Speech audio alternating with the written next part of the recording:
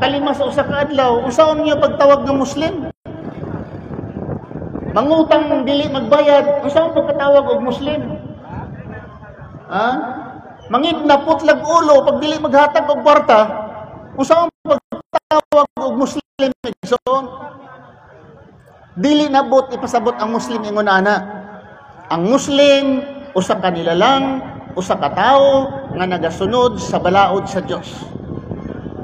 Mao nang nakaparat igsoon kay ang atong mass media dinhi sa Pilipinas. Giduyugan pud nila ang pagka-ignorante sa uban nga mga Muslim, sa uban ha, dili tanan. Pagka-ignorante sa uban nga Muslim, gisa ka media, mass media. Ngano man? Diha bago lang ko siguro mga 5 months gi-announce sa radio o gipakuan sa Facebook. Muslim nadakpan nagbaligya og shabu sa Cebu City. Sa gipalakaw sa media, sa radio, sa newspaper, gipalakaw sa Facebook, Muslim nadakpan na maligya og shabu. Something among dalunggan igsoon. Kaya apil man mi ana pag ingog Muslim. Mao ni problema. Kung si Abdul or si Muhammad Abdullah ang nakasala, dili tawagon ang apelyido. Abdullah or Abdullah Makasangkay, Abdullah Di Mapuro or Abdullah, dili tawagon ang pangalan. Ang tawagon Muslim. Na nakapatay nga nakapatay si Abdullah, ang pangalan niya si Abdullah. Dili ingnon nga si Abdullah makadato nakapatay, dili. Ang inyos Muslim nakapatay. Mao na igsoon nga against me ana. Ngano man unfair kayo igsoon. Kay daghan ba akong kriminal nga Kristiyano? Hamupatay pod mang-rape. Unya kung dili nimo tawagon ng iyang pangalan, ingnon lang nimo nga usa ka nang rape nga Kristiyano, masaktan igsoon ang tanan Kristiyano. Kay dili tanang Kristiyano rapist. Naaman diha mga sa to, mga hold upper daghan, mga hold upper nag-angkon nga Kristiyano sa Cebu, sa Manila, sa Cagayan, dagko mga syudad, daghang Kristiyano nga mga hold upper. Kung ingnon pud nato igsoon nang hold up usa ka Kristiyano nang hold up, sakitan pud ta igsoon kung Kristiyano ta, kanong ibutang man sa newspaper Kristiyano nang hold up. Mao usab igsoon. Pag ingon nga Muslim nakapatay, Muslim nang hold up, Muslim nang idnap, sakit sa among buot nga kaming mga Muslim na apil diha. Mao nang maningkamot di igsoon. Musabwag mi sa insakto nga pagtulunan nga walay tago-tago, walay lipod-lipod. Moanda mi sa mga pangutana, isyu nga isalibay din sa amo niya, mga isyu. Nya do nami diri mga regalo. Dami ang mangutana unya. Mahutdan ta ini nami sabon, usa ka bar matag pangutana, usa ka ingon ini, kung naay mangutana. Dugang ka. Mga Muslim daw, mga sawag daghan. Issue na, igsoon. Muslim, mga sawa og daghan. So pag ingon ni mog daghan igsoon, pwedeng 5, pwedeng 10, pwedeng 20, pwedeng 50. Pag ingon noog Muslim, mga sawa og daghan. Pero ang tinuod igsoon, kaming mga Muslim, allowed sa mua mga sawa og hantod sa upat. Basta kaya nimo. Basta kaya nimo hantod sa upat. Ang buot ipasabot nga kaya igsoon, kaya sa bulsa o kaya pod kanang naay duol sa bulsa. Kaya ni Dodong o kaya pod sa imong salapi, pwede ikaw makasawa og sobra sa usa.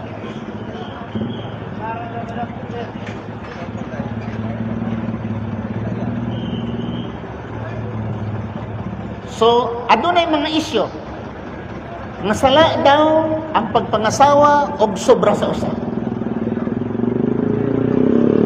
Matod nila. Ako igsoon, nag-eskwela po kong Biblia. I graduated from Silliman University 1988. Sa Silliman graduate ako igsoon, Silliman. Og sa Sabadista, igsoon, nagdako ako sa Seventh-day Adventist Institution. Daan akong Sabadista. Siyempre, ga-eskwela ko Biblia, kay Sabadista man ko sa una. Unya ang atong madunggan, sala daw ang pagpangasawa og sobra sa usa. Nagdala ko direk Biblia, nagdala ko Quran. Kung dunay makabasa, binhi, nga maayo og Biblia, nga ang Diyos nagsulti, sala ang pagpangasawa og duha, tulo, upat, sobra sa usa. Sala ang pagpangasawa, tagaan ako siya usa ka libo igsoon. Di ako usa ka libo. Kung mukuha siya og sitas, versikulo from the Bible, niya yang ipakita niya nga kasalanan ang pagpangasawa og sobra sa usa. Ang Diyos namulong. Og propeta sa Diyos namulong sulod sa Biblia. Nganuman, kaming mga Muslim igsoon, ningtuo mi nagmahal mi sa mga propeta. Dili mi matawag ng Muslim igsoon kung dili mi mutahod ni Adan. Kay nagatuo kami ang unang tao sa kalibutan mao si Adan. Nagtuo mi kang Ibrahim, gitawag og Abraham. Nagmahal kami kaniya. Nagmahal kami kang Jacob. Nagmahal kami ni Nabi Musa, nga gitawag og Moses. Nagmahal, nagrespeto kami ni Nabi Isa, nga gitawag og Hesukristo. Sa among Quran igsoon, mga Muslim sila tanan. Nasulat sa Quran sa Suratul Baqarah chapter 2 verse 136, silang tanan igsoon, gikan kang Adan, kailan ni Abraham, si Moses, si Hesukristo, nasulat ingon ang Allah sa Quran, o trohon ko igsoon, qulu amanna billahi wa ma unzila ilaina wa ma unzila ila Ibrahim. Maniniwala kayo, mutuo kamo sa among gipadayag nga pagtulunan, relihiyon kadto kang Ibrahim. Wa Ismail, among gihatag ngadto kang Ismail. Wa Ishaq, ang among gihatag ngadto kay Isaac. Wa Yaqub, ang gihatag namo ni Jacob. Wal asbat, o sa iyahang mga angkan. Wa atiyo Musa, ug among gihatag ngadto kang Moses. Wa Isa, ug ang balaod, sistema nga among gihatag ni Jesus. Isa siya sa Arabic igsoon, Isa. Sa pangalan sa Muslim, Isa. Wa nabiyuna mi rabbihim, ug sa tanan nga mga propeta nga gikan sa Dios. La nufarriqu bayna ahadin minhum wa nahnu lahu muslimun. Walang pagpili-pili sa ilahang tanan, kami mga Muslim. Man nahnu lahu muslimun, kaming tanan mga Muslim. So igsoon, unsaon man nga dili ni mutahod magmahal ni Jesus, ni Moses, ni Abraham, nga mga Muslim man sila nasulat sa among Quran. Muslim, naingon po ding uban, dili oy, sayop man ka Abraham. Ingon ko, sige. Unsa may relihiyon ni Moses? Sige, basaha sa Biblia. Relihiyon ni Moses. Relihiyon ni Abraham, sige, basaha sa Biblia. Ang relihiyon ni Abraham.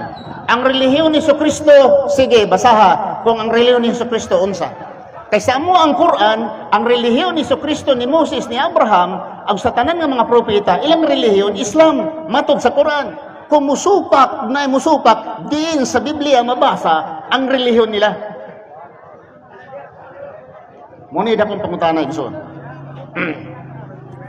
Dinhi ta balik ka sa pagpangasawa og sobra sa usa. Sa Quran, Suratul Nisa, ingon ang Allah sa Quran, marry women of your choice. Mangasawa kamo sa mga babae nga inyong magustuhan. 2, 3, or 4. Duha, tulo, o upat. But if you could not deal justice between wives, kung dili kamo makahatag o justisya ngadto sa mga kababainhan, better for you to marry only one. Mas maayo kaninyo nga kamo lamang mag-asawa og usa, kung dili kamo kahatag og justisya ngadto sa mga asawa. Miingon nga sa mo agud, bawal jud mga asawa. Okay, anhita sa Biblia. Anhita sa Biblia sa Mateo, Bagong Testamento. Mateo 19, versikulo 29 sa Biblia. Ingon si Hesukristo, Kung kamo pagalutuson sa akong pangalan, kung kamo pagalutuson sa akong pangalan, gumikan sa akong pangalan, kuhaon ang inyong kabalayan, kuhaon ang inyong kayutaan, lutuson ang inyong mga kaigsoonang lalaki o kaigsoonang babae, gumikan sa akong pangalan, o ang inyong amahan pagalutuson, o ang inyong inahan pagalutuson, o mga asawa pagalutuson, gumikan sa akong pangalan. Matod pa ni Kristo, didto unya sa laing kinabuhi, tagaan ko sila kinabuhing walay katapusan, og piloon ko ang reward or gasa kanila ngadto sa usa ka gatos ka pilo. Usa ka gatos ka pilo. Sa ato pa, apil ang pag-asawa, kung gibiyan nimo ang imong asawa gumikan sa pangalan ni Kristo, or ginalutos ka gumikan sa pangalan ni sa imong kasawa, ayaw ka hadlok igsoon kay matod pa ni Kristo, tagaan kag kinabuhing walay katapusan og dobli-doblihon kini sa usa ka gatos ka pilo. Sa ato ka, ang atong asawa usa ka buok sa gatos ka pilo dito sa laing kalibutan, mahimo day ko sa gatos. Naapod miingon nga uban, sayop ka brad. Sayop ka brad sa imong pag-interpret. Wala ko ga-interpret. Nagbasa lang ako. So mga duta.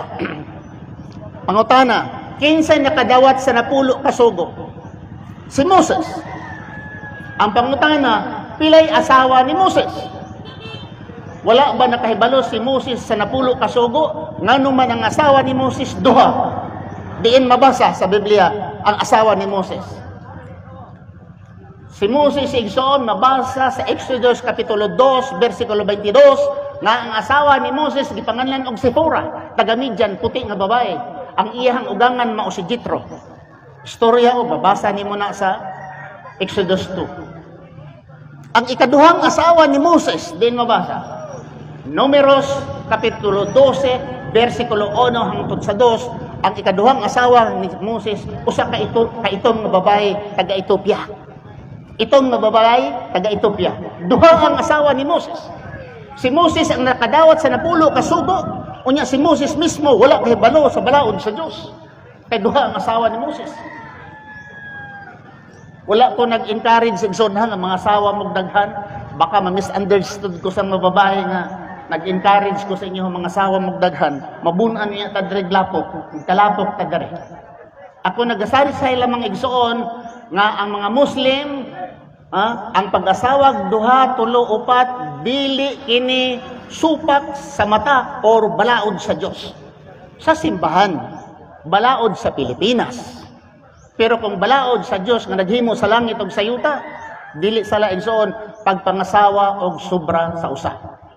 Si Abraham, father of faith, amahan sa pagtuo si Abraham nga naa sa Biblia. Pilay asawa ni Abraham. Mabasa nato ang asawa ni Abraham, Genesis 16, versikulo 1 hangtod sa 3. Ang una niyang asawa si Sarah, ang ikaduha niyang asawa si Hagar. Ug ang ikatulong asawa ni Abraham, Genesis 25, versikulo 1, ikatulong asawa ni Abraham. Ketura ang pangalan. Si Abraham gitawag og amahan sa pagtuo, father of faith. Pero tuloy asawa. Si Haring Solomon, pilay asawa ni Haring Solomon. 700 ang asawa ni Haring Solomon og 300 kabuok kabit si Haring Solomon. Di mabasa sa Biblia. Unang Hari, Kapitulo 11, versikulo 3, si Haring Solomon, 700 ang asawa, 700 ang kabit. Naaman na sa Biblia igsoon, di wala man na sa Quran. So daghang kaigsoon nga daghang mga tao nga dagag-asawa. Akong isaysay dinhi ngano man ang mga Muslim karon mga asawa. Abigod nimo igsoon kung 1:1 lamang. 1:1. Usa ang babae, usa ang lalaki. Mga asawa ta og isa-isa lang igsoon. Daghan kaayog mga babae na surplus nga dili gud katila og lalaki. Ngano man kay kung imuhang basahon igsoon Ang kasulatan ug obserbahon nimo, ang mga lalaki mas gamay sila, jutay sila kaysa mga babae. Nganuman, ang mga lalaki igsuon kalamitan nga ng aksidente, kusog maaksidente kining mga lalaki. Nganuman, kadaghanan kong lalaki igsuon mag-drive, pakusog man gid ka basta lalaki ka mag-drive. Kalaban mamatay sa aksidente ang kadaghanan lalaki. Ang away sa lalaki, igsoon lalaki sa lalaki, away sa babae, lahi. Kaya kung ang babae mag-away, igsoon, nilabnutay lang na obra, nilabnutay lang nagbuhog. Pero kung ang lalaki mag-away, kung dili magdala sa sinumbagay, nilubay. Kung dili magdala sa nilubay, pinusilay. Away naglalaki. So madaling mamatay ang lalaki kumpara sa babae. Mga kasundaluhan igsoon. Maadto ta sa mga kasundaluhan. Mas daghang sundalo nga lalaki, jutay lang ang sundalo nga babae. Sa gira igsoon, sa gira, kadaghanang mamatay lalaki. Nganuman, naguna man ang mga lalaki sa gira igsoon. Mga sundalo karon, mga army igsoon. Mga pulis, kilaragoy babae, kadaghanan karon sa mga pulis, mga lalaki man. Ug nay mga buang mga kuan,